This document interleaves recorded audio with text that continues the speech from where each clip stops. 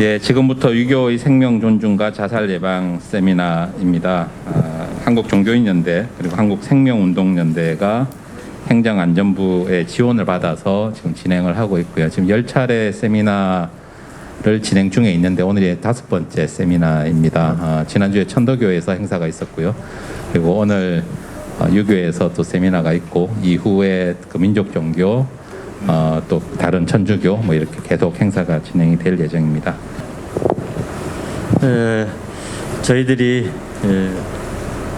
시작을 5월 7일부터 시작해서 벌써 불교, 원불교, 천도교, 또 유교 이렇게 진행이 되고 있습니다.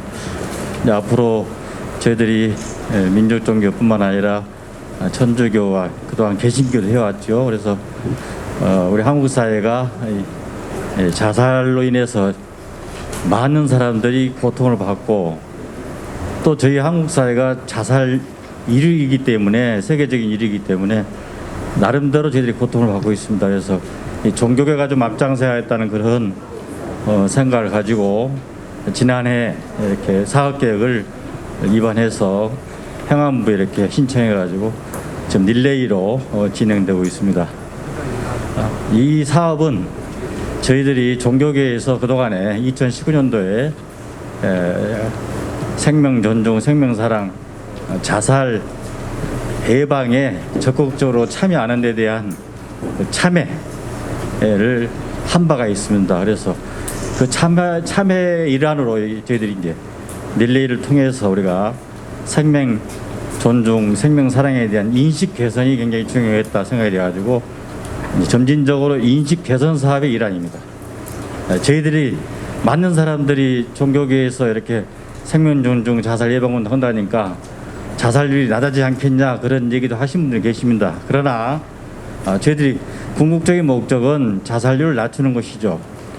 그건 저희들이 이제 종교 간의 연대를 통해서 어떤 공동체의 그런 일환으로 되어져야만 되지 않겠는가 생각이 됩니다.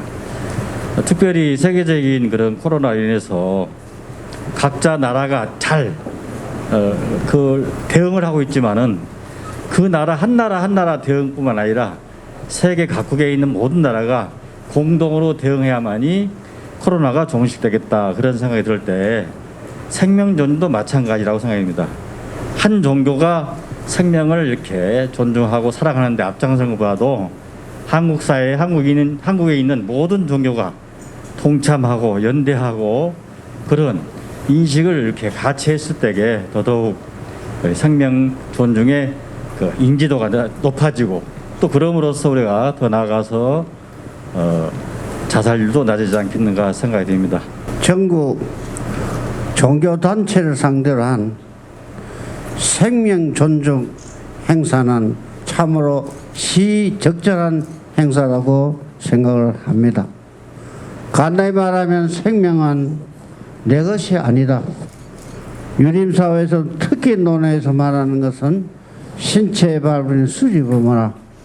부모가 만들어준 내 몸인데 내 몸이 아니야. 부모 거야. 그렇게 생각하면 설사 내 몸이라도 내 마음대로 한다는 사고는 참으로 착각이다 하기 때문에 부모는 언제나 자식이 멀리 가거나 몸에 손상이 오거나 자살하는 걸 늘 생각을 많이 하는데 반면에 자기 몸이라고 함부로 하면 불효 중에 불효다. 우리 유교 사상은 핵심을 이루는 것이다. 그렇게 보면 현실 사회는 어떻게 하느냐? 내 몸을 함부로 해치고 남을 함부로 죽이고 내가 놓은 자식을 함부로 죽인다는 이런 잘못된 생각은 생명 존중 사상에서 보면 참으로 안 좋은 것이고 사회가 어지럽게 하는 요인이 된다.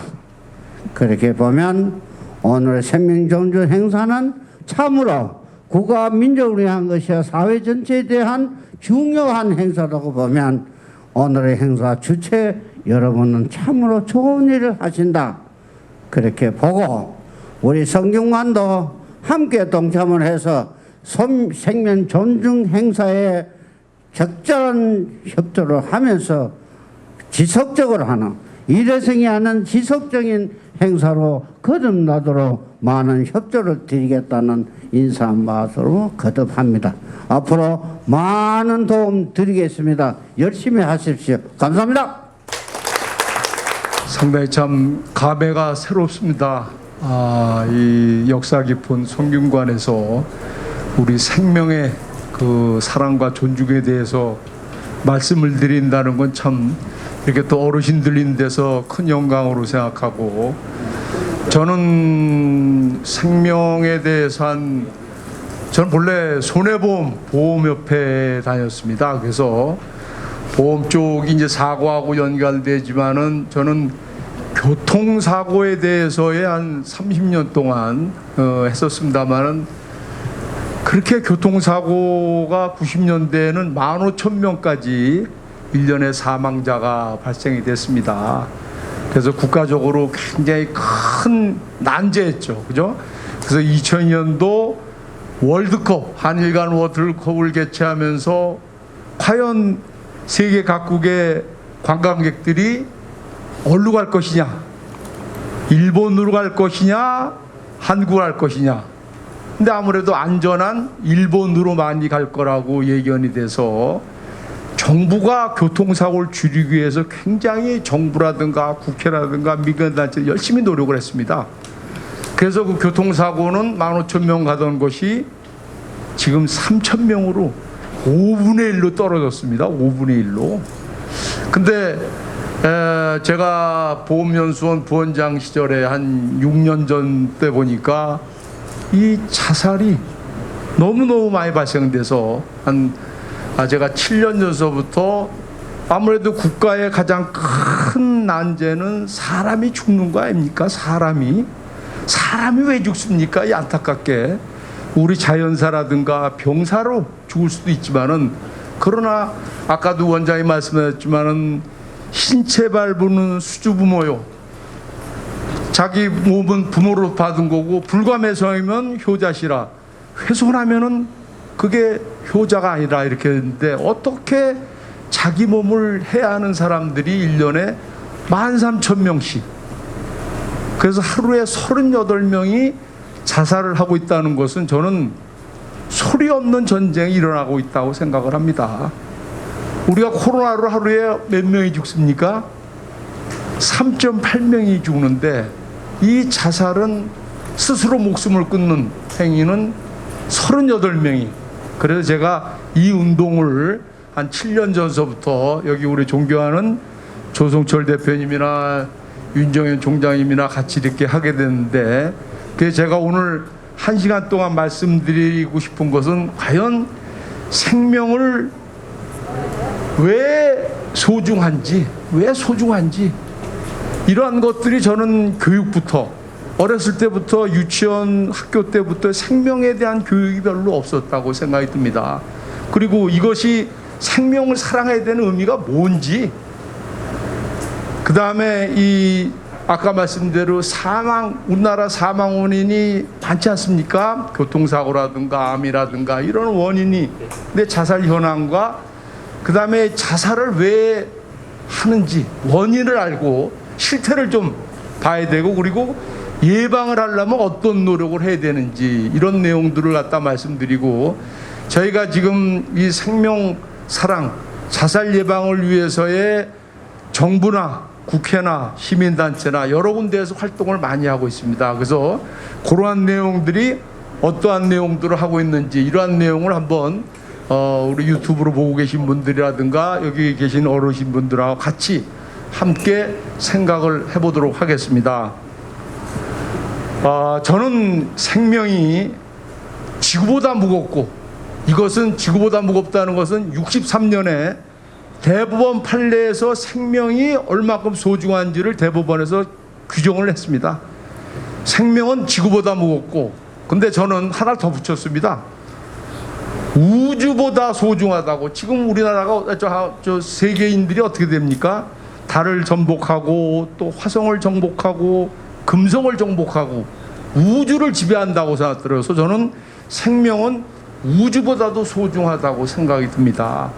그래서 생명은 하나고 하나밖에 없는 유일한 명자의 걸작인데 생명은 인류 역사에 당연히 원천이고 그리고 중요한 사람이 연예인이라든가 정치인들이라든가 유명한 사람들이 죽게 되면은 국가적으로 큰 손실이기 때문에 지구상에서 가장 비싸고 고귀한 것이 바로 우리 가지고 있는 개인의 다 생명체라고 생각을 합니다.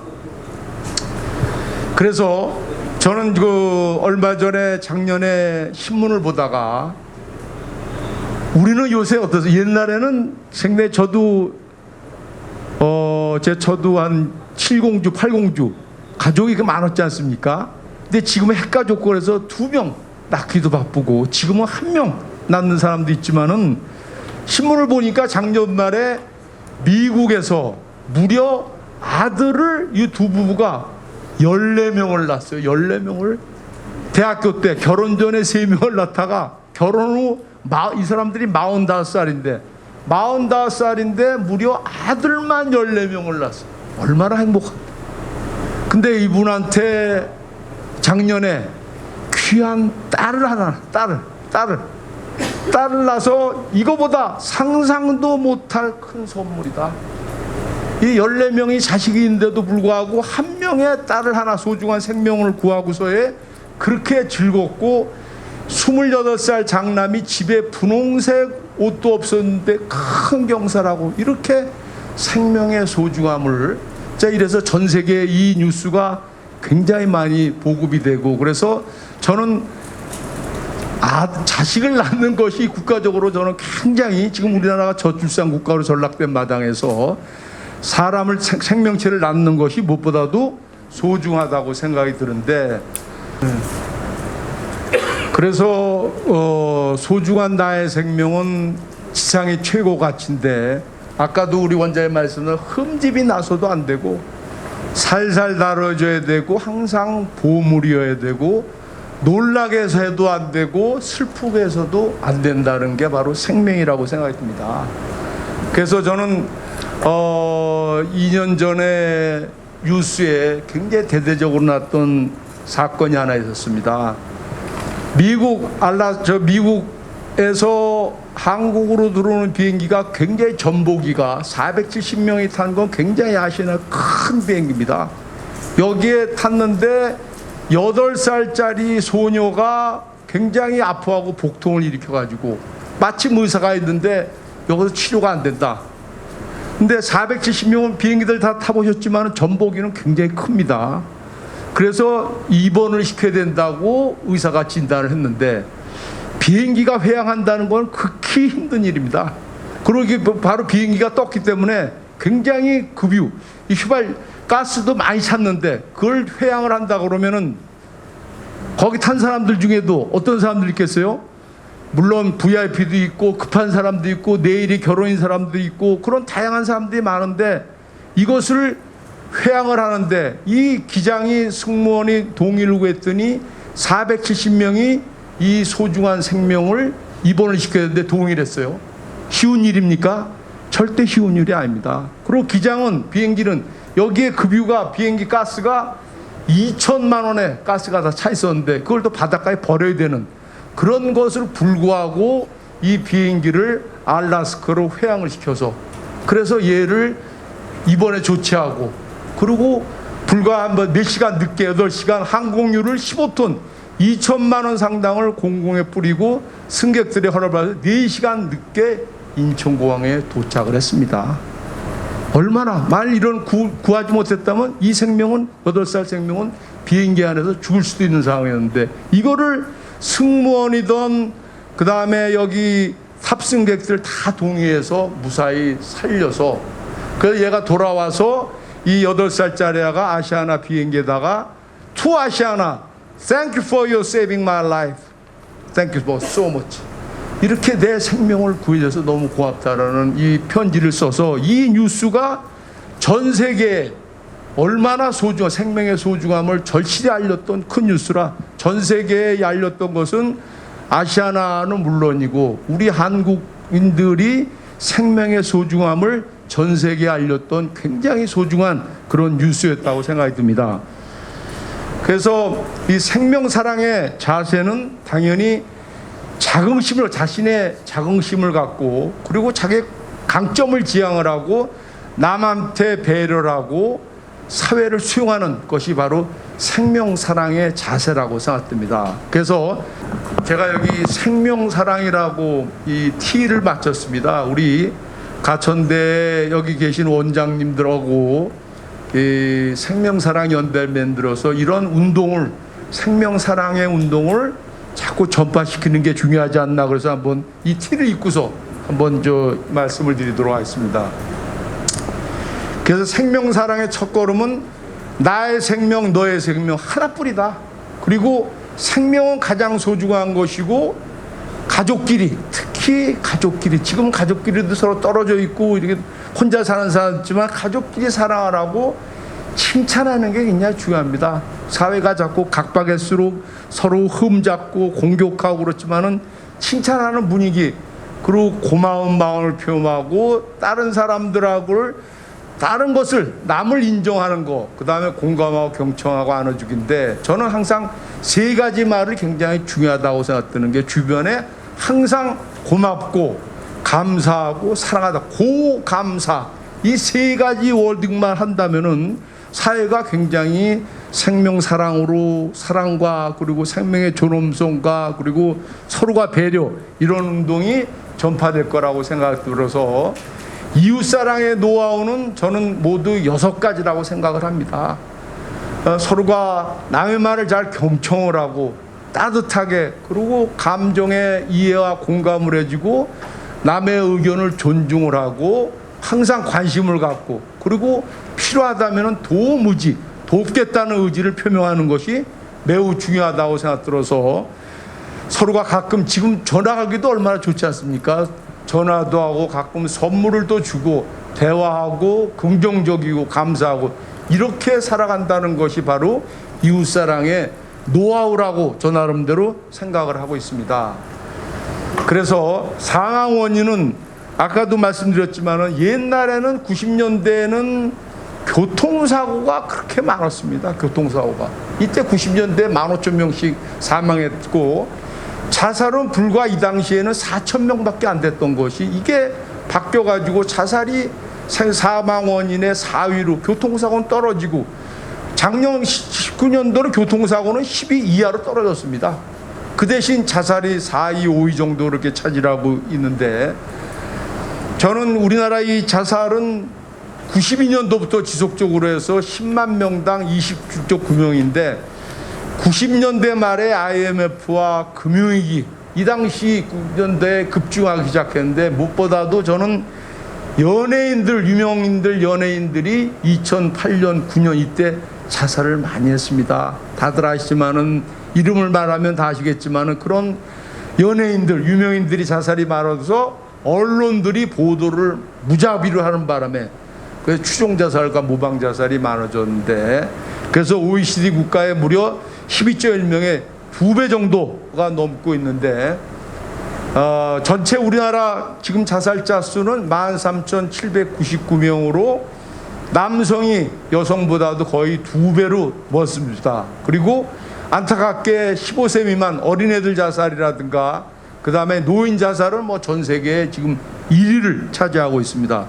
네, 그래서 아까 말씀드렸듯이 하루에 38명이 자살하고 있는데, 자살자도 중요하지만은 시도하는 사람들이 20배 정도가 시도를 하고 있습니다. 그래서 하루에 760명, 1년에 무려 28만 명 정도가 시도를 하고 있고, 또 자살은 대충 평균적으로 6번 시도를 합니다. 6번 시도를 하다가 자살로 이어지기 때문에, 이런 시도자들까지 합하면은 무려 300만, 400만이 1년에 자살 가족이 된다고 생각이 들어서, 이게 성인 인구의 무려 10%가 직접 당사자 수고, 당연히 경제적 손실도 6조 5천 원 정도가 되고 있습니다. 그래서 자살 요인은 아무래도 가족력이라든가 이런 정신장애, 이런 심리적인 요인도 있지만, 저는 사회적 요인, 경제적 요인, 문화적 요인, 생활, 이런 사회적 요인이 가장 큰 문제라고 생각을 하고 있습니다.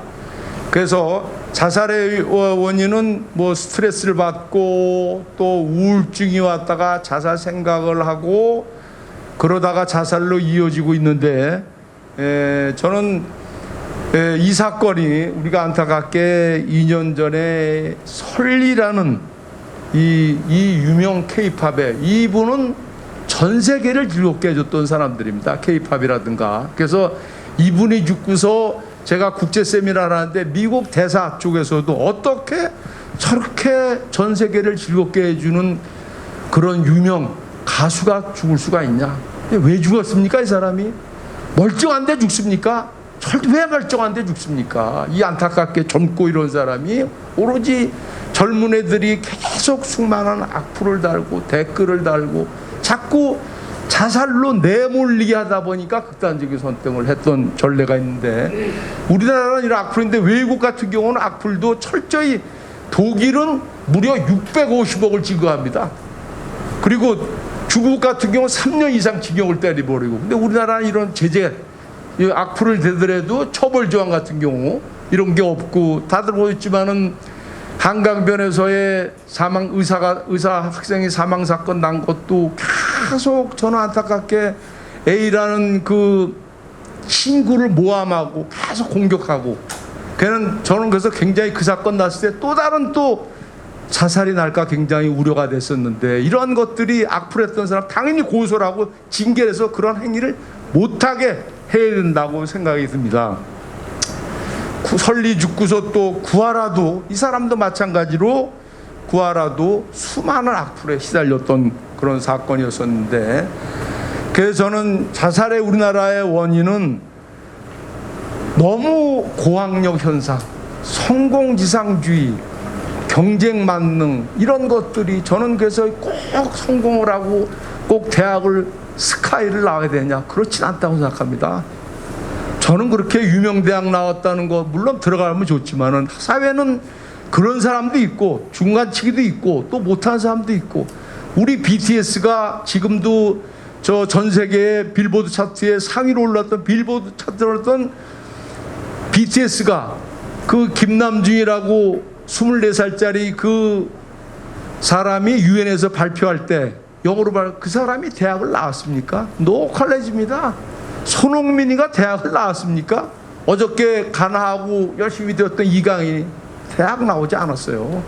대학을 안 나와도 그렇게 영어도 잘하고 자기 탤런트, 다 누구나 자기 생명에 대한 탤런트, 자기 재능이 있다고 생각들어요. 공부 잘하는 사람은 공부 잘하는 거고, 공부 또 좀 적은 사람은 다른 일도 재능을 키울 수가 있기 때문에 너무 좋은 대학 가라 그럴 필요 없다고 생각들고, 그 다음에 노후 준비에 부족한 중년층, 비자발적 조기퇴직, 그리고 특히 노인들의 건강상실이라든가 빈곤, 외로움, 그리고 저는 아파트 문화도 자꾸 단절된 문화.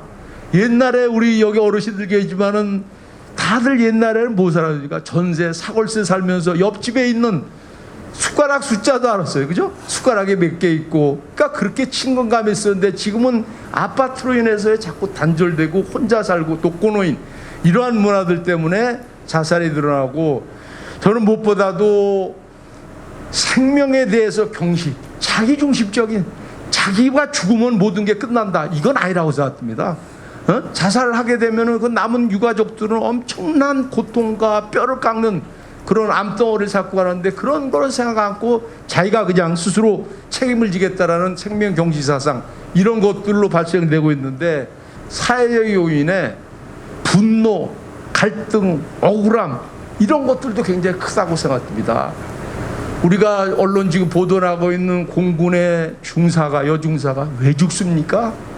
내일 모레 결혼을 앞둔 여중사가 자꾸 상사가 괴롭히고 성폭행으로 괴롭히고, 근데 그렇게 신고를 22번이나 했는데도 전혀 상사가 말도 안 들어먹고 조사도 안 해주고 분리해야 된다는 매뉴얼이 있는데도 당연히 가해자 피해자 분리를 해야죠. 그 한 부대에서 조사를 하면 되겠습니까? 근데 그 상사는 그 신랑을 통해서 회유하고, 그 책임은, 그 사람의 책임은 누굽니까? 상사만이 아닙니다. 저는 정부라고 생각합니다. 국방부고 군인이고 정부가 그렇게 몰고 간 거 아니겠습니까? 작년에 우리 3종 철인 저 선수였던 여자 최숙현이라고 언론 보도 많이 났었죠. 거기도 감독한테 성폭행 당했는데 어땠습니까? 경북체육회, 대한체육회 신고를 무려 경찰에 6군데 했는데도 전혀 조사도 않고 미루고, 그러다 보니까 그건 누가 그랬습니까? 누가 그렇게 자살로 내몰렸겠습니까? 그 사람이 개인적인 문제로 절대 안 나왔습니다. 자살로 내몰리게 하는 사회적 구조, 아까 말한 군인의 구조, 그 다음에 체육계의 구조, 그 다음에 얼마 전에 네이버의 직원이 상사의 갑질로 죽었지 않습니까? 그 사람이 왜 죽습니까? 그래서 교육 문화, 그런 사회적 문화, 직장의 문화, 이런 것들이 자살로 내몰리기 때문에 그렇게 발생되고 있어서, 저는 이 자살의 원인은 우울증, 개인의 그런 문제가 아니고 절대적으로 그 사회 분위기, 문화적인 분위기. 그래서 일본은 자살 예방법 1조에 자살로 내몰리지 않는 사회 구현이 바로 법 1조로 되어 있습니다. 자꾸 내몰리니까 지금 발생되고 있는 공군의 중사 문제, 체육계의 문제, 네이버의 문제, 또 이런 얼마 전에 또 이 코로나로 힘들게 간호사가 또 자살했는데, 그렇게 힘들게 고되게 이런 것들이 사회적으로 몰고 가기 때문에, 그래서 절대 자살은 개인적인 문제가 아니고 사회적 문제다. 그래서 저희가 우리 이 생명운동연대나 종교연대가 하고 있는 캠페인의 주제가 자살은 사회적 문제이기 때문에, 사회적 문제이기 때문에 누가 책임져야 됩니까? 저는 정부가 책임져야 된다고 생각합니다. 정부가. 근데 학생은 누구입니까? 그 부처가. 학생은 교육부죠. 군인은 누굽니까? 국방부고. 직장인은 고용노동부고. 연예인은 누굽니까? 문화체육관광부고. 농민은 농림축산부고. 여성은 여성가족부고. 근데 별로 힘도 약한 보건복지부가 자살을 총괄한다는 거는 저는 맞지가 않다고 생각합니다. 그래서 일본은 자살 예방 대책회를 총리실, 대통령실에서 총괄해서 자살을 줄였는데, 저는 그래서 자살은 당연히 정부가 의지를 갖고, 그래서 정부 중에 대통령실, 총리실 이런 데서의 총괄해서 자살 대책을 추진해야 된다고 생각을 하고 있습니다. 그래서 이 자살 징후는 아까 저 중요한 것들이, 주변에 지금 유튜브 보시는 분들이라든가 이런 분들이 자살 죽음을 자꾸 이야기하는 사람들, 그 다음에 남을 만나기 싫어하는 사람들, 그 다음에 대외 활동이 갑자기 줄어들거나 남자나 여자나 느닷없이 술을 먹고 간이 맥없이 술을 먹는 사람들, 이런 사람들, 그 다음에 갑자기 비싼 물건을 남에게 주는 사람들, 그죠? 그 다음에 이런 특히 젊은 사람들의 죽음이나 시나 낙선, SNS 이런 걸 찾아보는 사람들, 주변을 정리하는 사람들, 식사량의 주변을 많아지는 사람들, 이런 분들이 굉장히 위험한 고위험군이라고 합니다. 그래서 지금 유튜브 보시는 분들이나 이런 분들이, 왜냐하면 이런 징후에 이런 분들이 많기 때문에 이런 자살 징후는 이렇게 한 5개를 추려볼 수가 있다 볼 수가 있고, 그리고 연령별로 자살 징후별로 10대나 20대는 특히 SNS나 이런 데 사진이라든가 자살 관련된 내용들, 이런 것들을 자꾸 보는 사람들, 그러니까 젊은 사람들, 학생들 자꾸 SNS 너무 몰입하는 게 좋아요, 안 좋아요? 안 좋습니다. 부모들이 가서 뭐 하는지 봐야 되고 그래야 되고, 그 다음에 정서적으로도 스트레스라든가 가족 간의 갈등, 우울증, 뭐든지 갈등이 많아지면 이 자살률이 높아집니다. 90년대 프랑스 철학자 에밀 드루갱도 자살은 사회 갈등과 비례한다고 그랬습니다. 자꾸 갈등과 자꾸 쪼개고 나누고 이러다 보면 갈등이 많아져요, 안 많아져요? 많아집니다. 그래서 통합이 자살을 갖다 낮춘다, 반비례된다, 이런 말을 했듯이 이렇게 갈등이라든가 이런 스트레스라든가 이런 것들이 자살로 이어지고, 특히 젊은 사람들이 사후세계 궁금함, 인터넷에 자살 방법을 검색하는 거, 이런 것들이 다 굉장히 자살 징후라고 볼 수가 있습니다. 그래서 특히 안타깝게 젊은 애들이, 학생들이, 특히 초등학생들이 왜 죽습니까? 왜? 그리고 청소년들이, 물론 이 2017년도에 고등학생, 중학생, 초등학생들의 근 500명이 자살을 시도하고 근 110명이 자살로 사망을 했습니다. 이렇게 안타까운 사건들이 벌어지고 있는데 최근 자살의 추징은 자꾸 나이들이 낮아지고 학습의 부담이라든가 가정불화, 맞벌이 이런 것들 부모와 소통 시간이 적고 그래서 너무 우리가 자식들, 손주들 공부하라, 하지 마라 그렇게 복가채워 이런 것들이 다 스트레스로 쌓이기 때문에 자살로 이어지고 특히 학생들이 어릴 때부터 스마트폰이라든가 이런 자살 콘텐츠 이런 것들을 보기 때문에 저는 그래서 이 SNS 본다고 스마트폰만 보고 있는 거 절대 좋지 않다고 생각합니다. 남들과 같이 대화하고 교류하고 운동하고 이런 것들이 많아져야 된다고 생각드는데 생애 주기별로의 자살 예방 대책을 살펴보면은 청소년기는 자꾸 자아 형성도 되고 원만한 대인관계, 자꾸 친구 관계를 갖다 만드는 것이 중요하다고 생각이 듭니다. 그리고 청장년층에서는 남녀 간에 사랑을 하고 결혼하는 것이 굉장히 중요하다고 생각합니다. 자꾸 지금 최근에 언론에 뭐 독신자라든가 독고 이런 것들보다도 이렇게 같이 결혼 생활을 하고 직장에서 받은 스트레스 관리를 지원해주고 부부 상담도 지원해주어서의 이런 걸 벗어나야 된다고 생각이 들고 중량교치가 특히 노년기 같은 경우에는 말벗 연결하기 그래서 특히 노인정이라든가 노인 상담이라든가 이런 평생 그래서 경로당이라든가 나이 먹은 노인들은 활동하는 것이 나와서 이렇게 강의도 듣고 친구들하고 놀고 이런 것들이 굉장히 우울증을 없애고 자살을 예방할 수 있는 길이라고 생각을 합니다. 그래서 연령별로 지구를 보게 되면은 30, 40대 같은 경우는 갑자기 술을 갖다가 많이 먹거나 그 다음에 부부간의 폭력들 이런 것들이 굉장히 자살로 이어질 수 있고 배우자 간의 다툼이라든가 그 다음에 주변 사람들에게 과거의 잘못을 빌고 안부를 묻고 세상을 초월하게 이야기하는 사람들 이런 사람들은 어때요? 굉장히 위험한 사람들입니다. 그러니까 이런 것들을 잘 관찰할 필요가 있다고 생각이 들고 그 다음에 5, 60대는 자신의 소식을 알리지 않는 사람들 연락이 두절되는 사람들 전화 안 받는 사람들 위험해요 안 위험해요? 위험합니다. 그래서 이런 분도 혼자 있는 시간이 많아지는 사람들 그 다음에 호의를 베푸는 등 평소와 다른 행동을 보이는 사람들 갑자기도 느닷없이 이불을 빤다든가 이런 노인들 나이 먹은 사람들 그 다음에 특히 투자 손실이라든가 그 다음에 이런 신체적인 질병이라든가 특히 몸이 힘들어지면서 죽고 싶다 말하는 말은 옛날 사람들 아이 쟤는 항상 늘 그래 그러나 굉장히 그거는 자살 신호입니다. 죽고 싶다는 사람한테 뭐라고 돼요?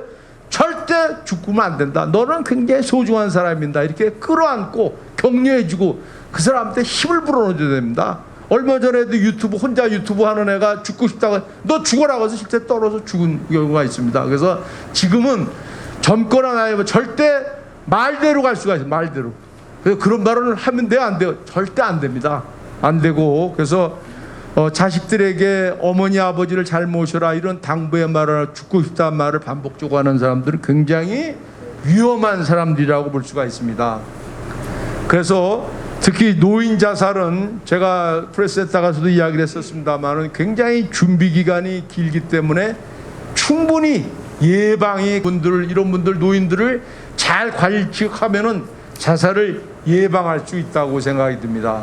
그래서 제가 그 경기도 포천 이런 데 가서 노인대학 하나 사회복지사 가봤더니 노인들이 열심히 이렇게 강의를 지금 코로나 때문에 이런 집합 강의를 잘 못하지만은 이런 데 와서 강의를 듣고 자꾸 친교를 맺고 그리고 나이 분들이 자꾸 어디 출근하는 게 중요합니다. 나가서 뭘 보고 누구 만나고 이런 것들이 굉장히 중요하다고 생각이 듭니다. 그래서 절대 아까 말했던 자살 징후 있는 사람들한테 어떻게 됩니까? 이 사람들한테 해야 될 일이 있습니다. 해야 될 일. 그래서 집중해서 상대방의 이야기를 잘 듣고 그 다음에 상대방의 감정을 잘 이해하고 의견을 존중하고 특히 관심을 가져야 됩니다. 네 고민이 뭔지 네가 왜 어려움을 겪는지 이런 것들을 관심을 갖고 도무지를 갖는데 안내를 해야 된다. 어떤 식으로 네가 저 자살예방센터라든가 구청이라든가 이런데 어디로 연락을 해라. 제너하지만 복지부가 관리하는 1393이 자살을 상담하고 그리고 이런 분들을 구해줄 수 있는 전화번호가 바로 1393입니다. 1393. 그래서 이런 것도 직접적으로 알려줘야 되고 따뜻함을 표시하는데 해야 되지 않을 일들, 특히 상대방 말을 끊는다. 그거는 우리가 자살 징후자만 아니라 남한테도 그리고 충격받는 느낌을 주지 말고 바쁘다는 뉘앙스 주지 말고 베푸더라는 줄 말고 부담 주문을 산마하는 것이 굉장히 중요하다고 생각됩니다. 그래서 특히 우리가 언론 보도도 많이 나고 있습니다. 자살 징후자들, 자살자들 어때요? 93%가 다 10명 중 9명이 다 사전 신호를 보냅니다. 아까 말한 죽고 싶다라든가 그 다음에 연락이 안 된다거나 갑자기 술을 많이 먹는다거나 이런 사람들 같은 경우는 신호를 보냈을 때 이 사람들을 유가족들이나 주변의 친구들이 못 알아채기 때문에 아까 말했던 그런 징후 있는 사람들한테 관심을 갖고 도움의지를 주고 안내를 해주는 것이 매우 중요하다고 생각이 듭니다. 그래서 저는 자살을 하면 안 될 이유를 제가 8가지를 한번 정리를 해봤어요. 왜 죽지 말아야 되느냐? 왜? 그래서 저는 이런 것들을 애들도 청소년도 그렇고 나이 든 사람한테도 그러고 이런 것을 알려줘야 된다는 것이 첫 번째가 당연히 생명 하나죠. 내세가 있습니까? 물론 이제 불교나 내세가 있을 수도 있지만은 한번 죽으면은 끝이죠. 다시 못 돌아오고. 그리고 두 번째가 중요한데 자기 책임하에 이건 내 몸인데 내가 죽는다. 가족은 제가 이제 자살을 국회나 유가족들이 3일 결혼을 앞두고서 딸이 갑자기 떨어져 죽었다는 거예요. 그 사람이 엄마가 살 수가 있겠어요? 그래서 이 엄마는 딸 방에 6개월 동안 물과 밥 대신 수면제만 먹었다는 거예요. 너무너무 원통하고 내일 모레 자기 사위를 보고 조금 있으면 손주 볼 생각에 그런 게 꿈에 교환돼 갑자기 죽어버리니 어떻게 살겠냐. 자식을 잡아먹은 어미라고 또 낙인이 찍히고 사회적 낙인. 그래서 이 사람들의 유가족은 끙끙끙 앓다가 3년 동안 사회에 못 나온다는 거예요. 못 나오고 그 다음 끙끙 앓고 어떻게 됩니까? 암이라는 게 뭡니까? 앓는 거예요. 스트레스 받고 그래서 암으로 죽고 또 다른 자살을 일으켜. 우리가 2008년도에 어땠습니까? A 연예인 죽으니까 동생이 죽고 남편이 죽고. 그래서 이 아픔과 그 다음에 영원한 상처를 준다. 그 다음에 주변에 본인을 사랑하는 사람이 많아요. 자기가 죽게 되면 이 관심 있는 사람이 많은데 왜 죽냐? 자살 외에 더 좋은 방법이 훨씬 더 많고, 그 다음에 중요한 인재, 너무너무 인재들이 많이 죽지 않습니까? 연예인들 같은 경우는 진짜 100년에 하나, 최진실 같은 경우는 100년에 하나 태어날까 말까 하는 이런 사람들, 안지환이나 이런 사람들이 죽게 되면 국가적으로 큰 손실이다. 일단 죽으면 행복한 가정을 꾸리지 못하고 지금까지 살아온 것이 아깝다. 그리고 죽기 전에 해야 할 일을 포기하는 것이기 때문에 자살하면 안 되는 8가지를 자꾸 주지시키고, 그리고 첫 번째, 두 번째, 이것이 굉장히 중요하다고 생각이 듭니다. 그래서 저희가 작년에 일가족이, 남자가, 아버지가 4살짜리를, 어린이날 2살짜리를 살해하고 마누라를 죽이고 자기가 자살.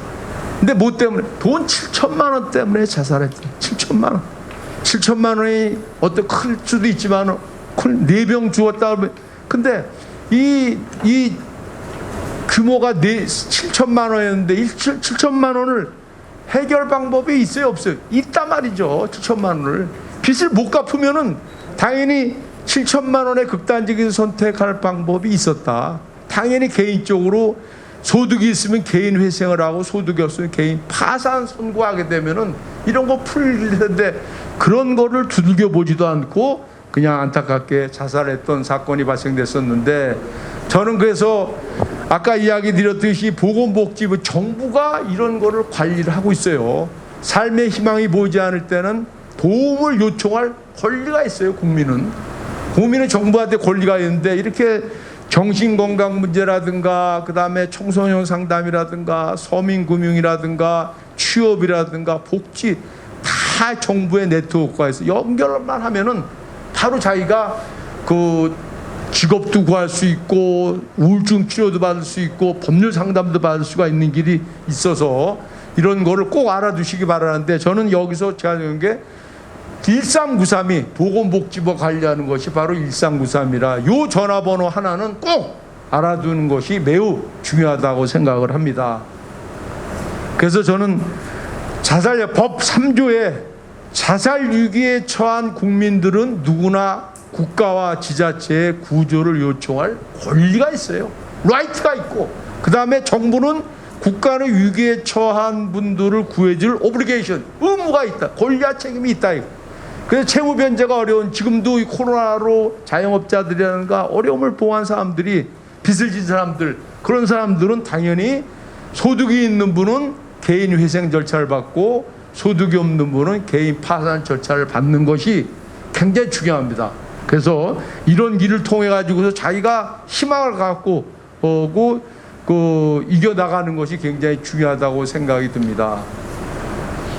그래서 지금 생명중 사랑과 존중을 위한 활동은 정부도 노력을 하지만 국회가 지금 열심히 하고 있습니다. 국회가. 그래서 국회가 20대는 원혜영 의원, 김용태 의원, 주승용 의원 이런 분들하고 39분이 국회 자살 예방 포럼을 만들어서 운영을 해왔는데, 21대도 지금 더불어 원내 총무를 하고 계신 윤호중 의원하고 그다음 국민의힘의 윤재욱 의원, 이분들이 공동대표로 52명이 이렇게 자살 예방 포럼을 만들어서 자살 예방에 대한 법이라든가 예산 지원이라든가 제도 개선 이런 노력을 하고 있습니다.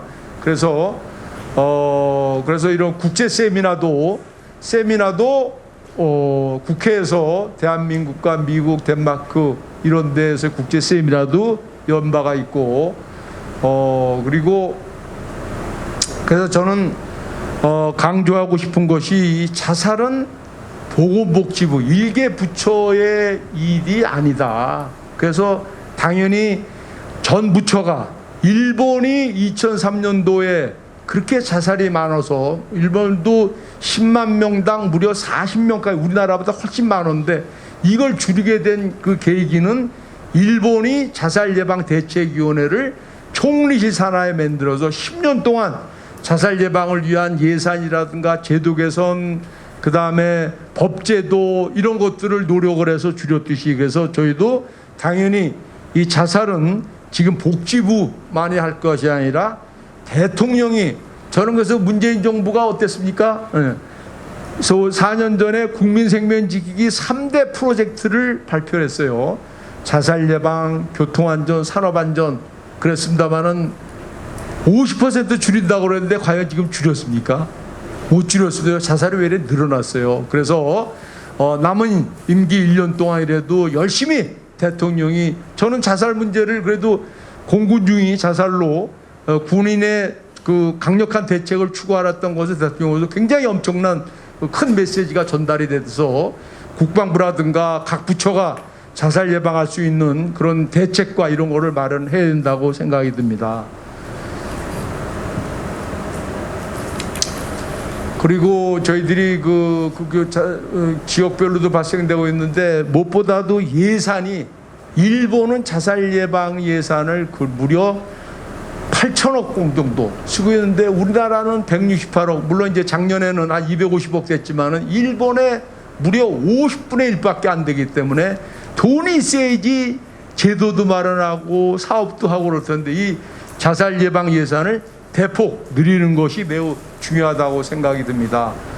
그리고 무엇보다도 정부도 중요하지만은 저는 지자체 단체장들이 의지 갖는 게 중요합니다. 17개 시도지사라든가 그 다음에 구청장이라든가 그 다음 시장이라든가, 그래서 저희들이 안실련에서 220 지자체를 지금 평가를 하고 있습니다. 그래서 우리 가천대가 이걸 평가를 할 예정인데, 지자체 단체장들이 의지 갖는 게 중요합니다. 자살에 대한 예방 예산을 늘리고, 그 다음에 조직을 갖고, 그리고 무엇보다도 고위험군, 자살 고위험군이라면 유가족, 자살 유가족은 보통 사람들의 자살률의 8배가 넘습니다. 그 시도자들은 자살 위험이 20배가 높고, 그래서 그런 고위험군을 발굴하고 대책을 세우는 것이 매우 중요해서 자살 예방은 지자체단체장들이 의지를 갖고 해야 된다, 이런 말씀을 드리고 싶고요. 그래서 저는 지역사회의 생명 존중, 생명 문화 만들기는 세 가지라고 생각됩니다.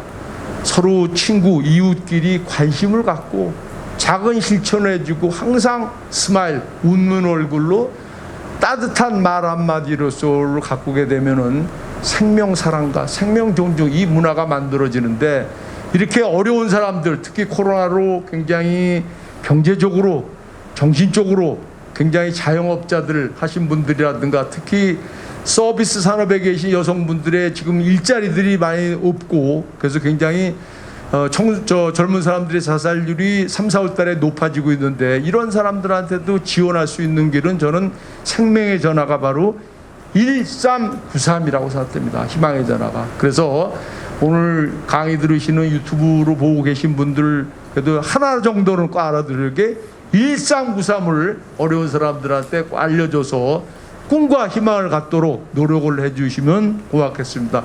감사합니다.